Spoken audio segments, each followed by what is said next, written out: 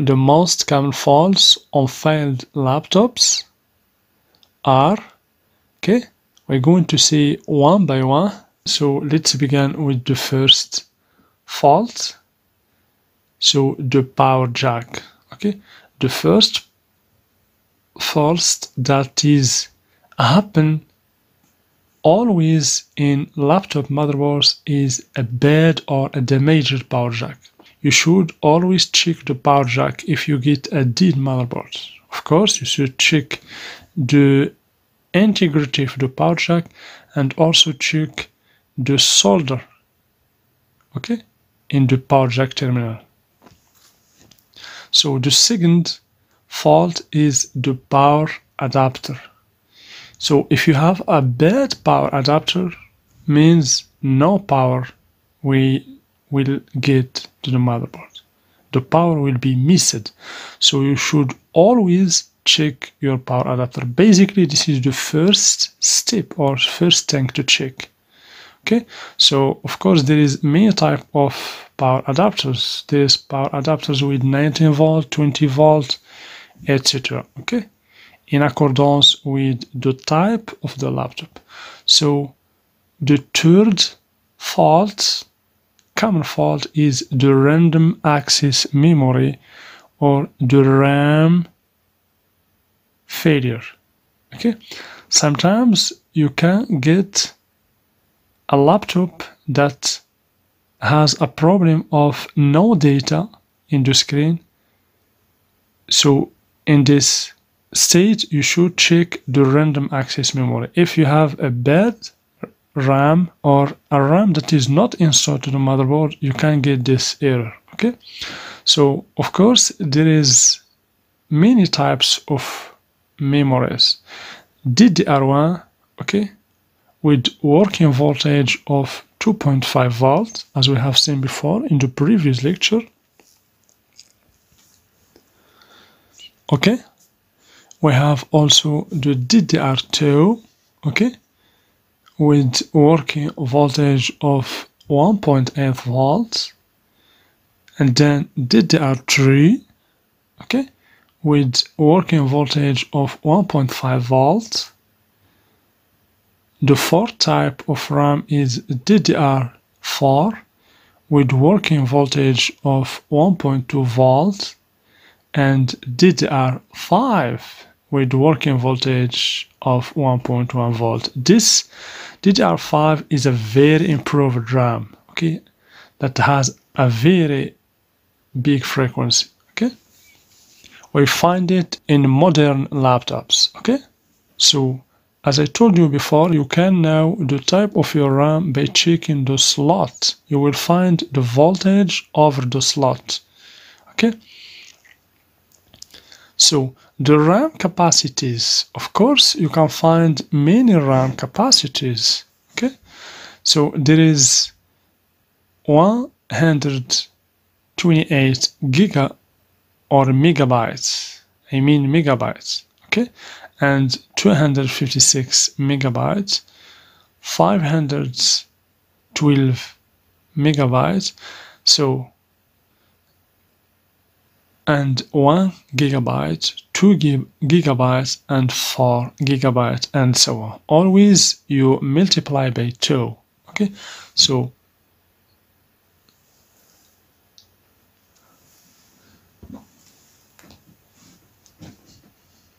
this is just an overview about the RAM types and capacities.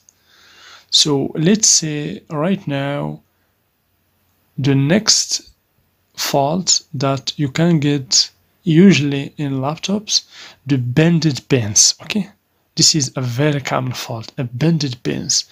So that's why when you get a bad or a damaged laptop, you should always begin with a visual inspection.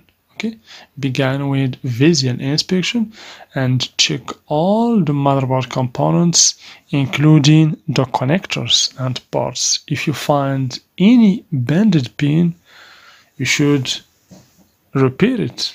Okay, because a bended pin can make a short circuit in the motherboard. So I will show you how. So let's assume that we have a connector that contain 3 pins inside it. Okay, 3 pins. Okay, so this connector, this is a good connector.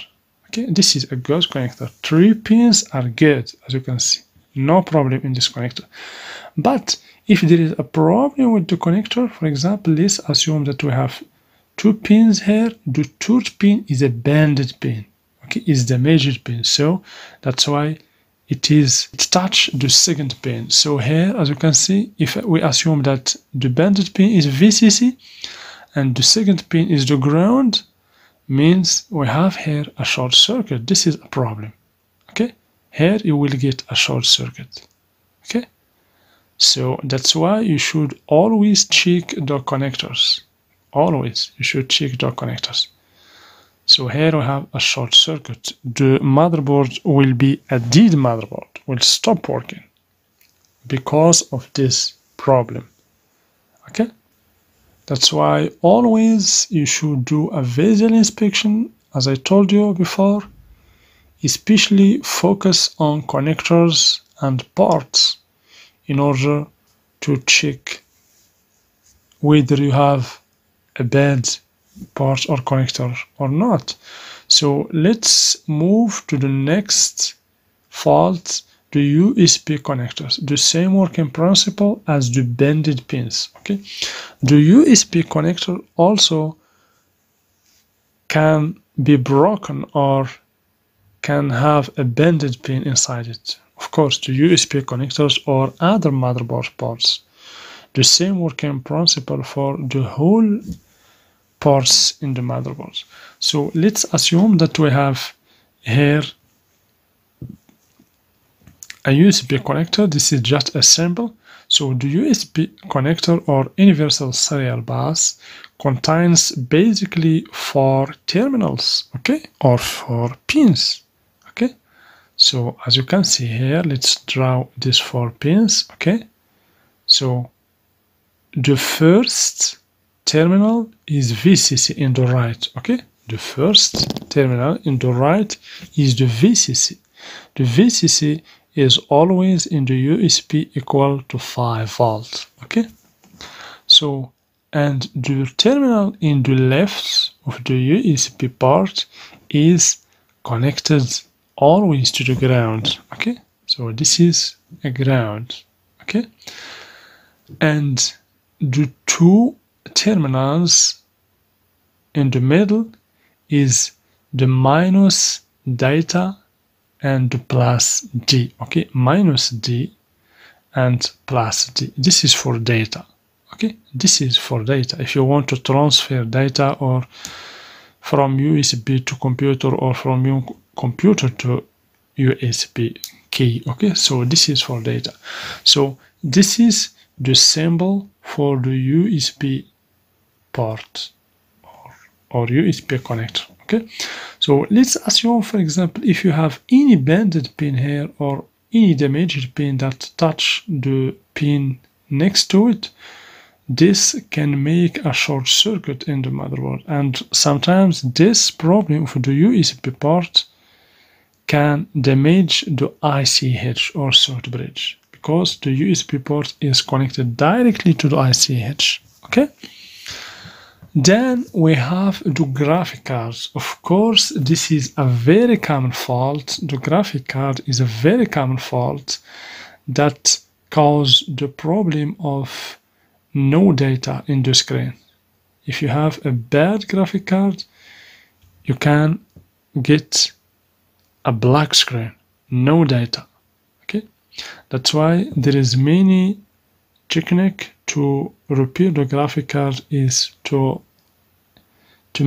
overheat the chip, okay, using the hot air gun. Okay, so the next we have the charge IC or the PWM IC or power management IC. Of course, always you should check this kind of IC. Okay, so how we can check the power management IC? Let's assume that this is the IC, for example, in the motherboard. Always next to the IC, you will find ceramic capacitors around the IC. Okay, and the ceramic capacitor in one side it is connected to the IC, and in the other side the ceramic capacitors are connected to the ground. Okay, so if you find any shorted capacitor, means the IC is shorted to the ground. If you find any shorted capacitor, means the IC is bad. Okay, so this is a very important information and a very important tip that every technician should know. This is a secret on hardware repairing. Any shorted capacitor means the IC is shorted. Okay, you can check all capacitors. If you find anyone that is shorted to the ground in both sides, means the IC is bad. You should replace it automatically. Okay, of course you should use the multimeter and select the continuity option and check the ceramic capacitor. The ceramic capacitor should be shorted to the ground in just one side, not in the both sides. Okay, now let's move to the next fault, to the next common fault, the short circuit. Okay, the short circuit in the motherboard. How can we determine whether there is a short circuit in the motherboard or not? The answer is inductors or coils. So as you know, inductors in every motherboard should never be connected to the ground. Always the inductors are connected to the power rail. Okay, so I will show you how. Let's assume that we have here an IC, okay, a power management IC. So, and we have a coil here and two MOSFETs, Q1 and Q2, and here this power management IC will generate 3.3 volts. Okay, so the first MOSFET of course will be connected to the power rail 19 volts. Okay, so the drain of the first MOSFET is connected to 19 volt, and its source, as you can see, should be connected to the drain of the second MOSFET. Okay, and here we have the upper gate connected to the IC. Okay, this is the control signal for the first MOSFET, and here we have the lower gate, okay, for the lower MOSFET, and here connected to the ground. So the 3.3 volt will be generated through the coil L or the inductor. So as you can see here, the coil is not connected to the ground. You will never find a coil that is connected to the ground in the motherboard. So if you check the coil using the multimeter and you find that is shorted to the ground, means there is a problem. There is a short circuit in that circuit. Of course, in the output we will find always capacitors, especially a chemical capacitor or polarized capacitor. If there is any short in those components, capacitors or MOSFETs, or even the IC, you will find that the coil is shorted to the ground. Okay, so if the coil is shorted to the ground, means there is a problem in the IC or MOSFETs or capacitors.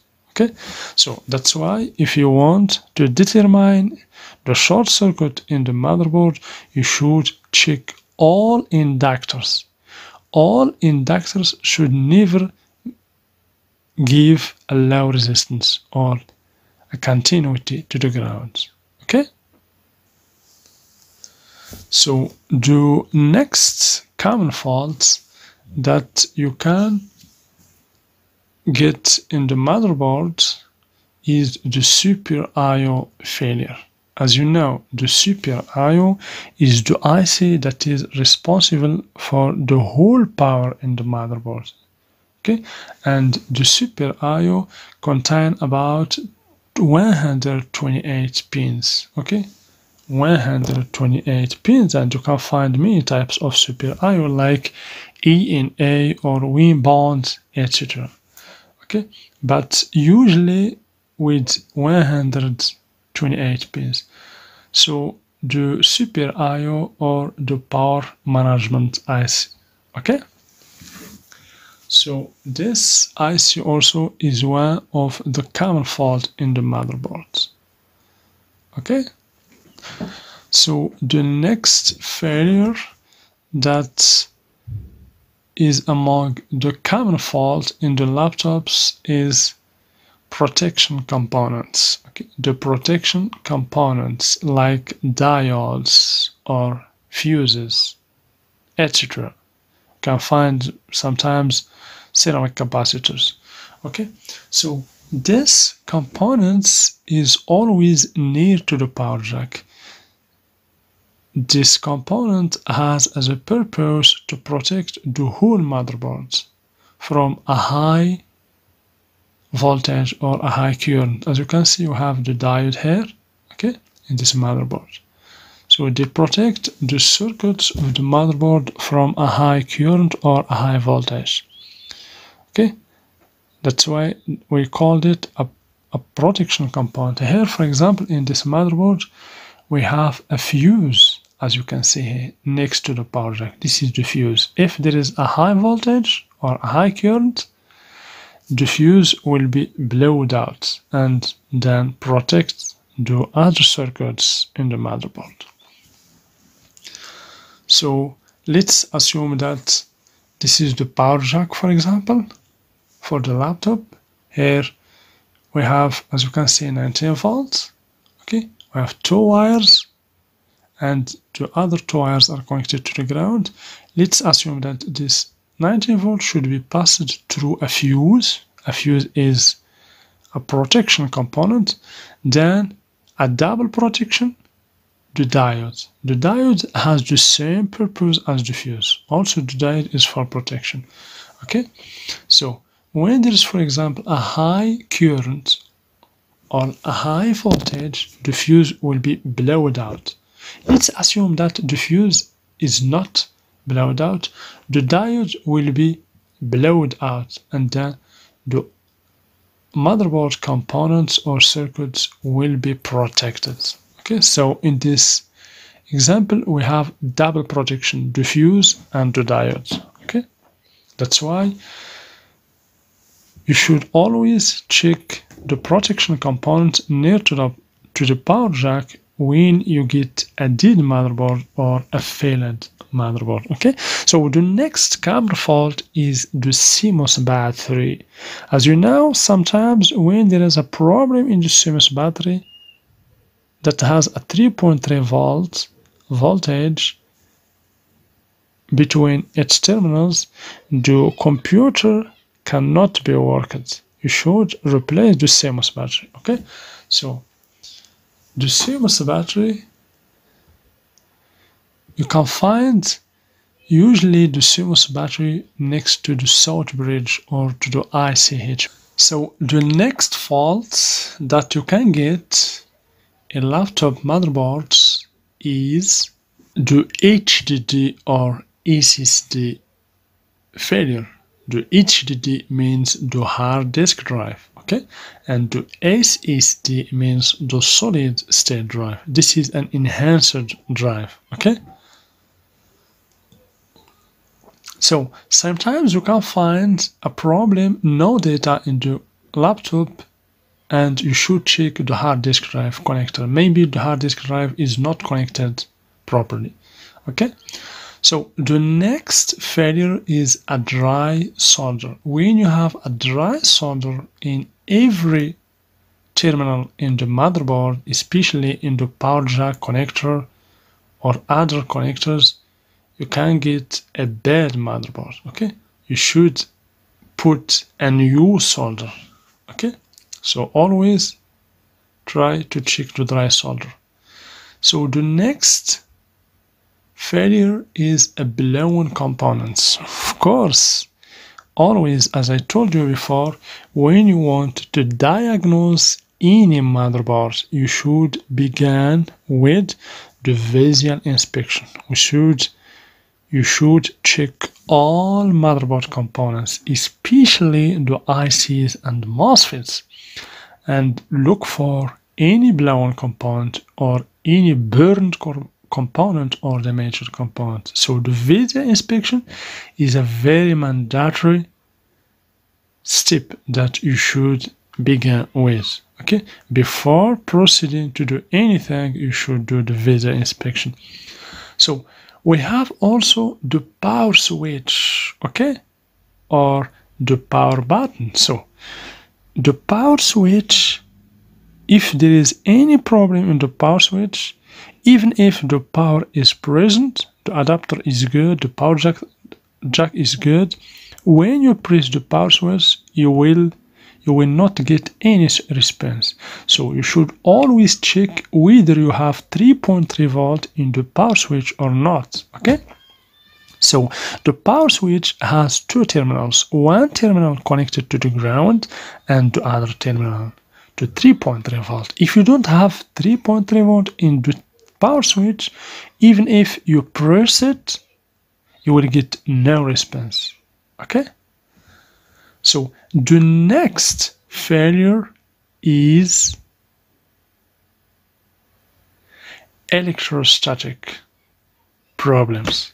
Okay, so the electrostatic can cause the problem in the laptop, can cause a dead motherboard. That's why you should remove all source of the power, like the battery and the adapter, and press the power button and hold it about 20 until 30 seconds in order to discharge the electrostatic in the components like capacitors and coils, and then try to switch on the laptop normally. So the next failure is the switches or MOSFETs, as I told you before. So you will find always the MOSFETs, or as we called it, switches near to the power jack. So let's assume, for example, here we have the power jack, 19 volts in the power jack, and we have two MOSFETs or switches. So to get the plus VBAT or the main power for the motherboard, if there is any problem in one of the switch, that means the 19 volt will not pass to the motherboard. Okay, that's why you should always check the switches or MOSFETs near to the power jack. Okay, this is like a bridge between the power jack and the motherboard. The next or the last failure is laptop battery. So sometimes the laptop battery can cause the problem. If there is a problem in the laptop battery, it can cause a bad laptop or a bad motherboard. So you should remove it and try to power on the laptop using just the adapter. Okay, if the laptop is powered on using the adapter, means there is a problem with the battery. You should change it or boost it using 12 volts.